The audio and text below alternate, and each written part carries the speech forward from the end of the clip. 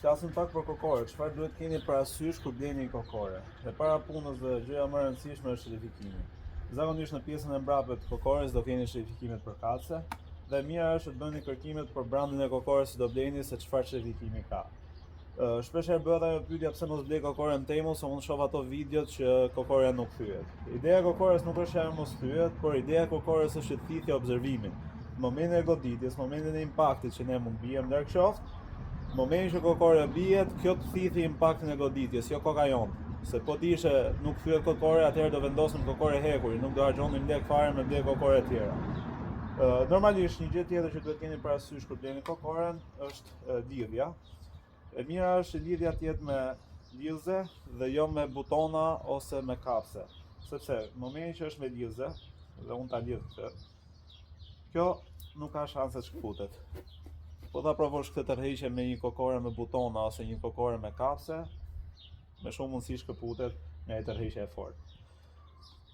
Gjëja tjetër që duhet keni parasysh kur bleni një kokore janë ervencat ose pikat e ajrimit. E mira është që kokorea të ketë 3 pika ajrimi, një tek nofulla, një tek balli dhe një tek koka.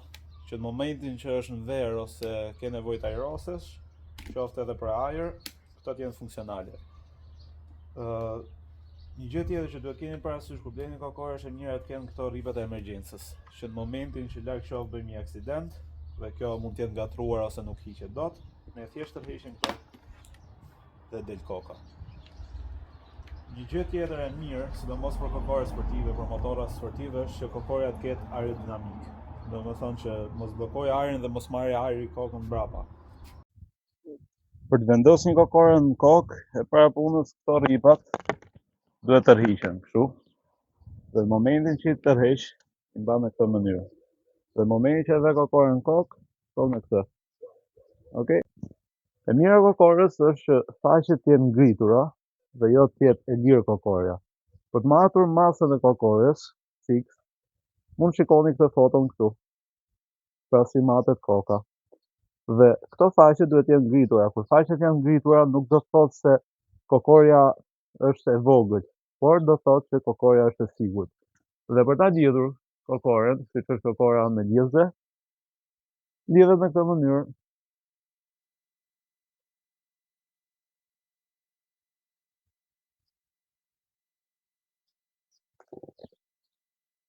Kokoret profesionale pastaj kanë dhe këtë sigurinë këtu që në momentin që e mbyll kokoren, edhe ngren të butonin, pavarësisht se mund ketë erë, kjo nuk hapet. Në momentin që ul të butonin ka një kapse këtu edhe hap.